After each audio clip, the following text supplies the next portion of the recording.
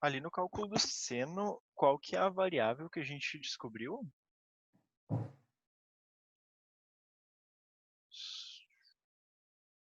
Como assim a variável? No caso, seno daquele ângulo 1,565 que a gente descobriu, certo? Isto. Minha liga aqui. Isso, eu estou tentando descobrir. Aqui está meu ângulo. Tá? Na verdade, ele está aqui, mas ele se repete, porque minha viga é contínua. Uhum. Este ângulo é igual a este ângulo. Tá? E eu quero descobrir quanto foi essa deflexão.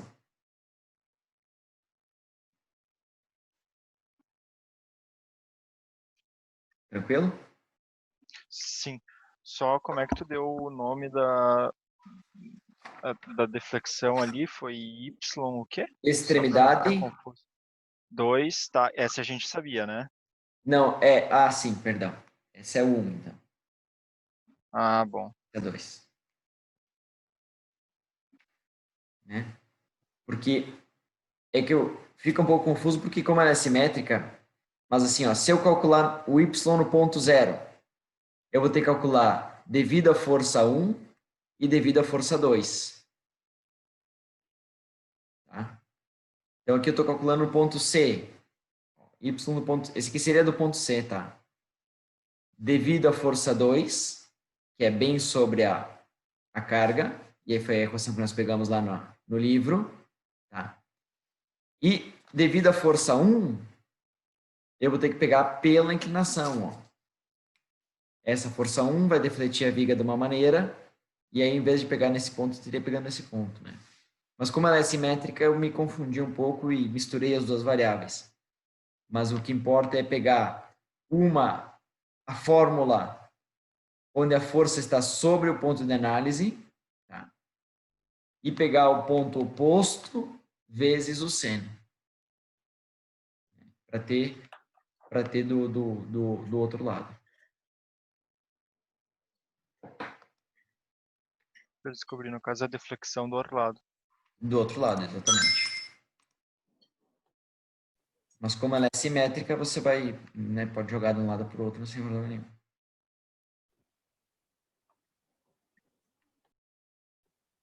Ô, professor, Oi. tu não teria que ter usado ali a relação da tangente em vez do seno? Por quê? Porque aquele 250 não seria o cateto adjacente? Então, aí tem duas coisas. Duas coisas. Porque, primeiro, o ângulo é muito pequeno. Tá? E assim, normalmente essa relação de 250 ela está descrita do produto sem deformação. Tá? Aqui você tem ele representado, Ah, entendi. mas seria ele sem deformação. Mas, ó, então, Então seria o mesmo 250, né? Entendi. seria exatamente. Mas se você fizer com o ângulo, tá? Eu vou pegar aqui, ó, 0,565 vezes 10 na menos 3, menos 3. Ó, esse foi o ângulo que deu para nós. Eu estou em radianos, eu vou calcular a tangente desse ângulo e vou fazer 250 vezes. Uhum. Tá? 0,3912. E foi exatamente o que eu encontrei. 0,3912. Entendi. É que o ângulo é muito pequeno, né? Porque o ângulo é pequeno, o seno e o cosseno, desculpa, o seno e a tangente, elas passam a ter um valor muito próximo. Entendi. Consegue deixar, né, nos cálculos ali dos ângulos de novo, por favor? Do ângulo e do... Passou um pouco rápido, não deu para...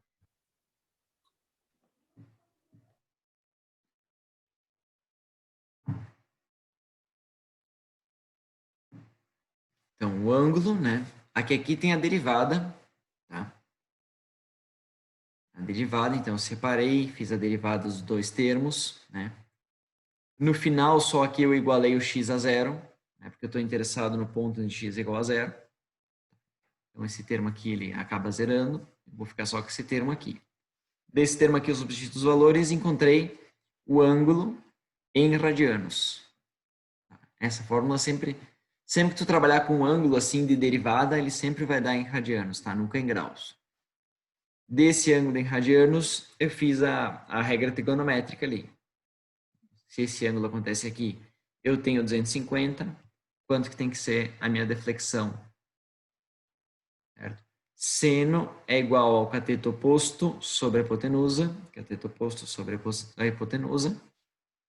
Eu isolo o y, então vai ficar 250 vezes o seno desse ângulo aqui, em radianos, tá? Tem que cuidar com o calculador. E aí eu tenho a medida dessa deflexão. Ah, professor, na hora da prova eu usei tangente, fiquei na dúvida. Então, justamente como a deflexão é pequena, não vai mudar teu resultado. Tá? Pode ficar bem tranquilo. E ainda assim, eu digo mais. Se você não calcular o seno, vai dar certo também. Tá? E você calcular o seno desse número aqui, provavelmente vai dar ele mesmo.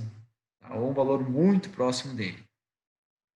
Então, aqui para a ordem de grandeza que você trabalha, e mais do que 3 casas, aqui é muito difícil você medir essa deflexão. Ó, você está vendo 0,39 milímetros. Esse 9 já é muito difícil você medir ele. Tá? Então, para o grau de precisão que a gente trabalha, enfim, essas diferenças não vai dar problema, não serão problemas nenhum. Não será nenhum problema. E aquele 1,56, ele vem do que? Da soma da deflexão 1 e da deflexão 2, isso? Isso aí. Ah, tá. Seria a deflexão total somando as duas extremidades, isso? Isso aí. Tá. É devido à força que está em cima da extremidade e devido à força que está lá na outra ponta da extremidade, né? São as duas.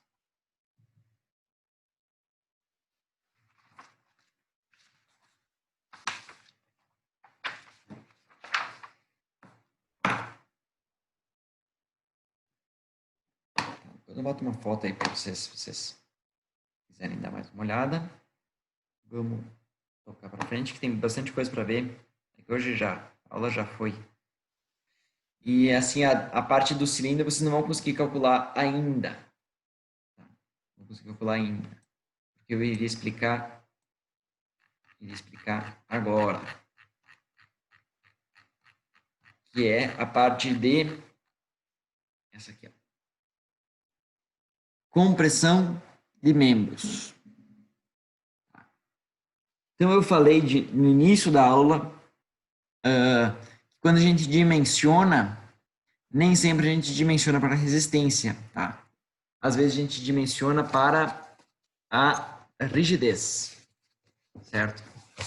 E quando a gente trabalha com membros, com componentes, com estruturas sob compressão, isso é mais crítico ainda. Tá? Isso é mais crítico ainda. Porque se você pegar uma estrutura e aplicar uma força de compressão, olha o que acontece. Tá? Ela faz essa deflexão. Isso é o que a gente chama de flambagem. Flambagem. E olha que essa falha na estrutura, ela acontece no regime elástico do material. Porque mesmo depois que ela flamba, se eu soltar, ele retorna à condição inicial. Mas eu estou segurando aqui, eu tenho noção de que, ó, até um momento, ela apresenta resistência. Depois essa resistência ela cai, né? Então isso é bem complicado para a integridade das estruturas. Essa falha por compressão. E aí a gente divide em 4 categorias. Tá? Colunas longas com carregamento central, colunas intermediárias, colunas com carregamento excêntrico e colunas curtas. Tá? Colunas longas, a gente vai utilizar a equação de Euler. Equação de Euler. Colunas longas. que seria exatamente esse efeito que a gente está visualizando aqui. A partir do momento que eu começo a encurtar essa coluna, vou para a coluna intermediária, o que que acontece? Você tem aqui, intermediária. Mais ou menos aqui ele explica aqui. Tenta explicar. O que acontece? Chega um ponto que a flambagem gera tensões próximas à tensão de escoamento. E aí eu tenho o que a gente chama de uma flambagem plástica, certo? Uma flambagem com plasticidade. E existe um ponto de transição entre uma flambagem elástica, calculada pela curva de Euler, e a flambagem plástica, calculada pela fórmula de Johnson. Cadê aqui? Johnson. Certo? Então, a primeira coisa que a gente faz é encontrar, né, qual é esse ponto de transição aqui. Ó. Esse ponto de transição vai depender do que? 2π C e SY. SY é propriedade do material. E é propriedade do material. E C, esse C aqui, é uma propriedade do... Cadê a tabelinha do C? Aqui, ó. Da fixação das extremidades. Porque é bem diferente eu ter uma flambagem de um componente pinado. Tá? Um componente engastado, ele vai resistir bem mais à flambagem. Tá? Então, o C aumenta de 1 para 4, certo? Aqui seria um pilar, né? Uma coluna engastada com uma carga no centro. E aqui, parte engastada.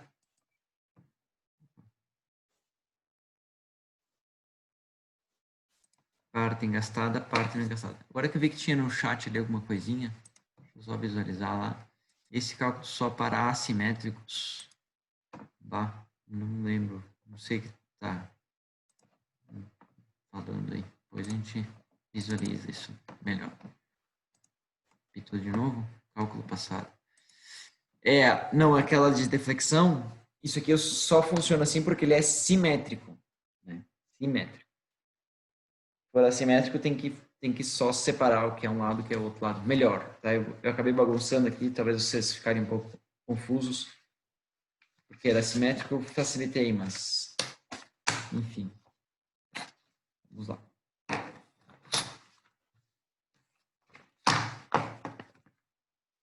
Bom, então o C, ele representa isso aí. Né? Representa as condições de extremidade, e essas condições vão influenciar diretamente no cálculo de flambagem. Tá? Essa transição, então, depende exclusivamente do material. Claro, tem o C ali que depende da condição de engaste, mas o resto depende de material.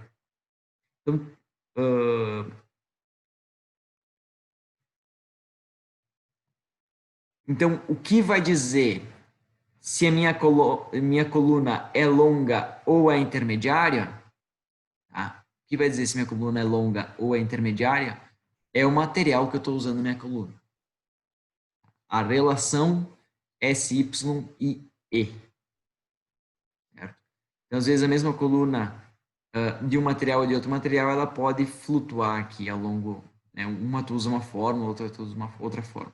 Claro que observa que essa transição ela é suave, então se você errar de pouco, você não vai ter um erro significativo, né? O risco só é nessa região cinza aqui, ó, tá? Porque você usou a fórmula de Euler, está bem seguro, mas devido à plasticidade do material, ele vai flambar. Né? Então essa região é uma região um pouco perigosa. Antes de nós fechar a aula de hoje, a aula que a gente... Professor? Oi? Era a cena de qual símbolo lá, naquele cálculo antes, quando tu achou 0,3912, que eu não entendi? Eu usei o ângulo φ normal. Esse aqui, ó. Esse aqui, ó. Tá. Aqui no exemplo ele faz a mesma coisa, ó. Ele calcula o y e ele deriva o y para obter o θ. Não, o θ é θ. Obter o θ. Tá? Uhum. Enfim, para encontrar a inclinação. Era essa a pergunta? Uhum. Sim, eu ia falar aqui, tava. Aqui, ó, pessoal, a gente vai fazer a aula que vem. Tem esse exemplo aqui, ó, tá? Que mostra um cilindro hidráulico, bem como vocês estão fazendo. E ele dimensiona a haste, tá? Se alguém quiser dar uma olhada já nisso aqui, mas na aula que vem a gente faz isso com o tempo. Para terminar a aula de hoje, eu só queria mostrar essa figurinha aqui e chamar a atenção da flambagem, a flambagem chamada de local. Local. Por quê? Porque a gente calcula uma flambagem do perfil inteiro. Perfil inteiro. Mas, se eu tenho regiões da coluna com compressão, tá? Uma região com momento de inércia baixo, como é a aba aqui de um perfil fino, tá? Essa aba pode sofrer de flambagem local. Tá? Isso aqui tem uma NBR 14.000 alguma coisa, NBR. Deixa eu até ver se eu tenho ela aqui fácil. Vamos pegar por aqui. Eu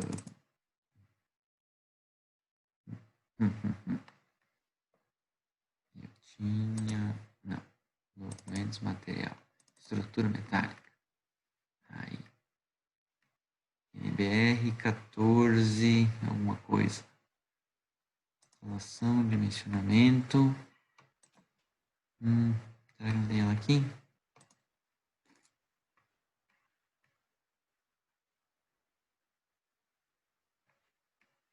Não acredito.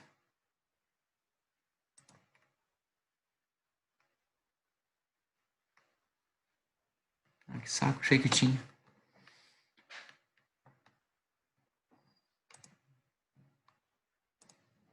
Vamos ver aqui. NBR, tolerâncias. Suído. Bom, enfim. Eu tenho um outro livro aqui. Que fala um pouquinho dessa flambagem. Deixa eu só achar aqui e eu já compartilho com vocês, tá, pessoal? Dessa flambagem local.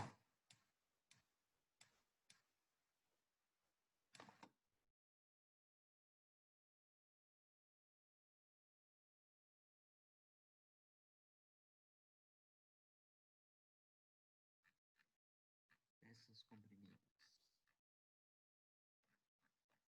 Vou compartilhar com vocês que vocês conseguem visualizar também. Descartar. Vou pegar aqui. Compartilhar. Esse cara aqui. Então, olha, ele puxa aqui a fórmula de Euler, tá? Carga de Euler, certo?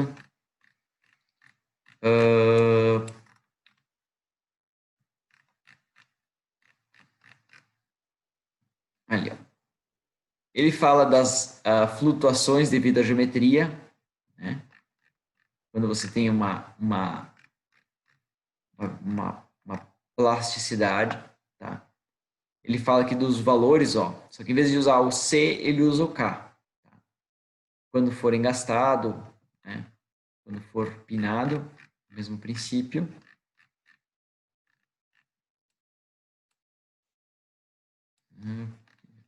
Olha ali, figurinha de flambagem local. E aí ele faz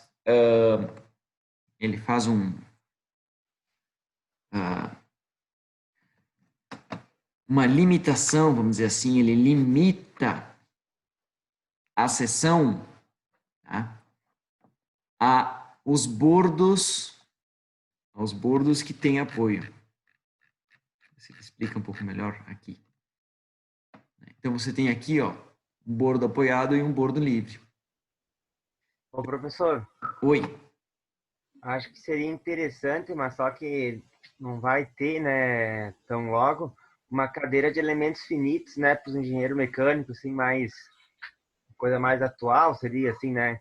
Não que Aí, tudo, né? aí que tá. Pela minha experiência em elementos finitos, é difícil de você pegar uma falha por flambagem. Tá? Tem que ser uma Sim, análise de elementos finitos muito bem feita. E o cara que está fazendo análise, ele tem que forçar o software a flambar.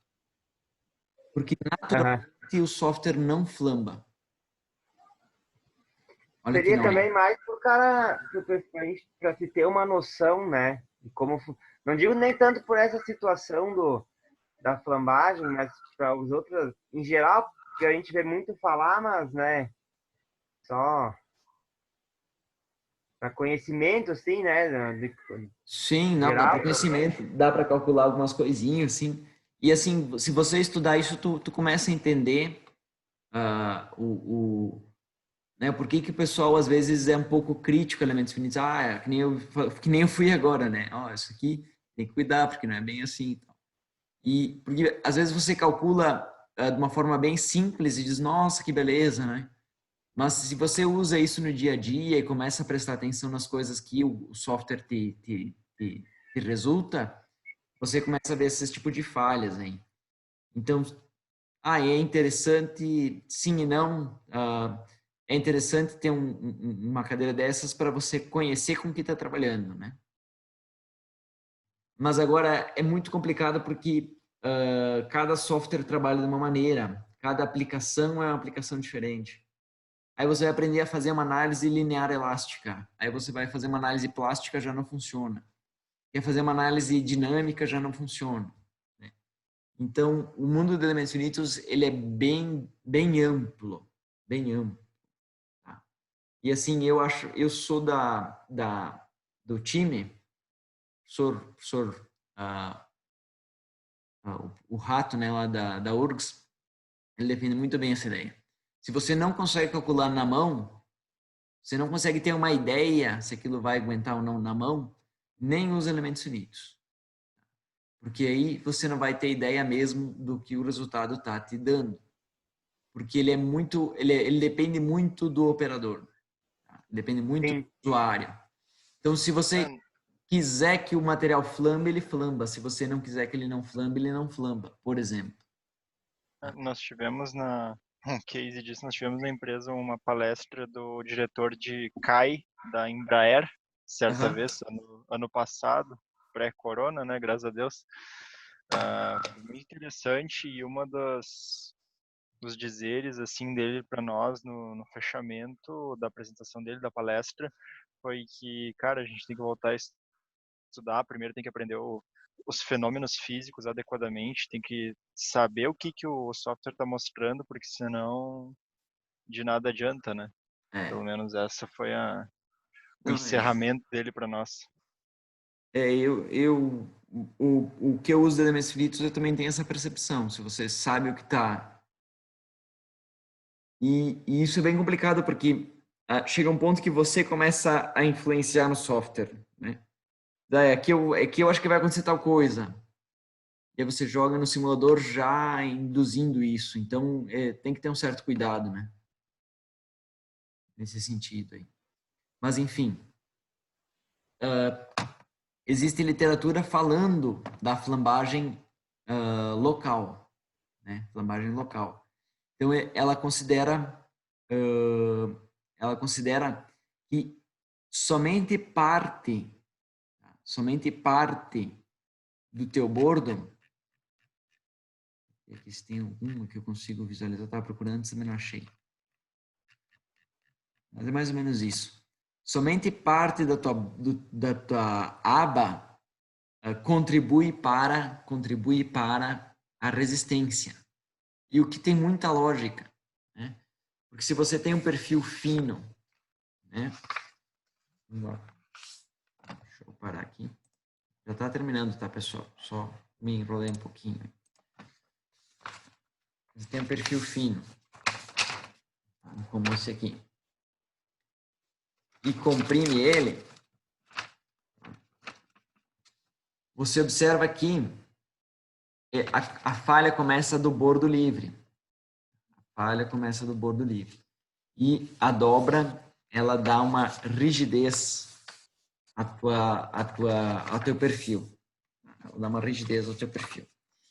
Então, a norma, ela diz assim, dessa aba aqui, certo? Com essa espessura, aí você tem uma formulazinha que você calcula quanto por cento de área, né? Quanto de área contribui para a resistência e quanto de área não contribui mais.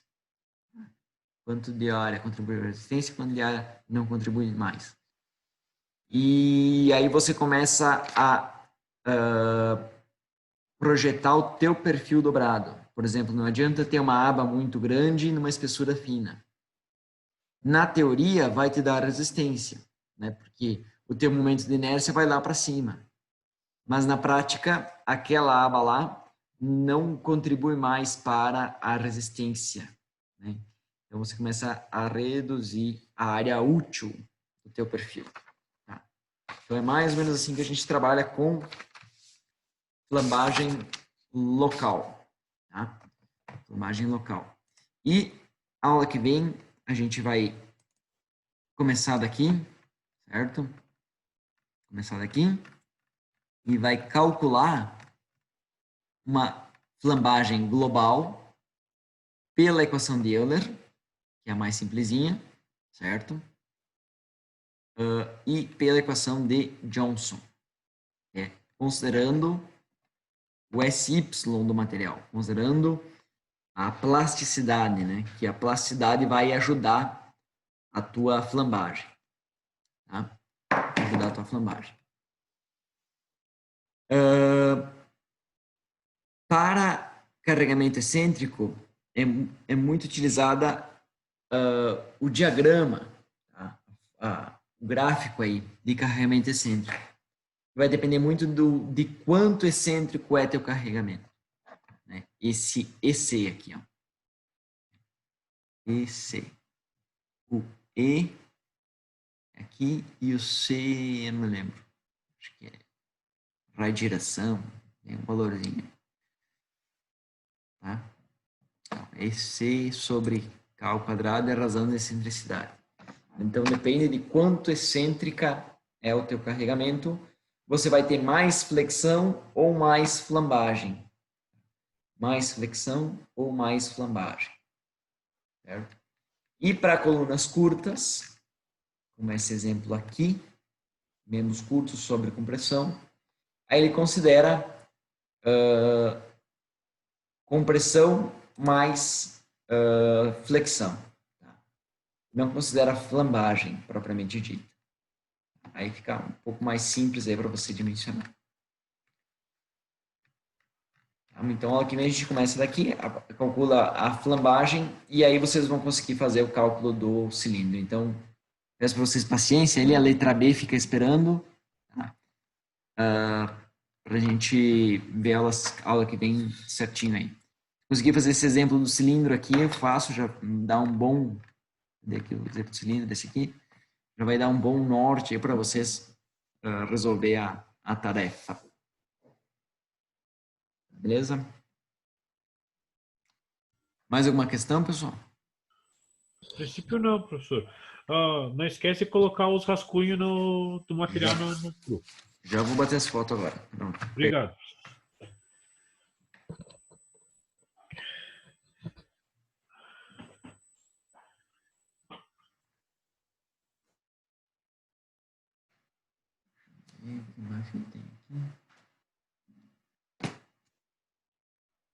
Então tá, para quem já Tá liberado aí, boa noite. Se alguém tiver alguma dúvida aí, tô por aí mais uns minutinhos aí. Mais 10 minutinhos. Então tá, boa noite, professor. Valeu! Valeu, boa noite. Fotos aqui das rigidezas.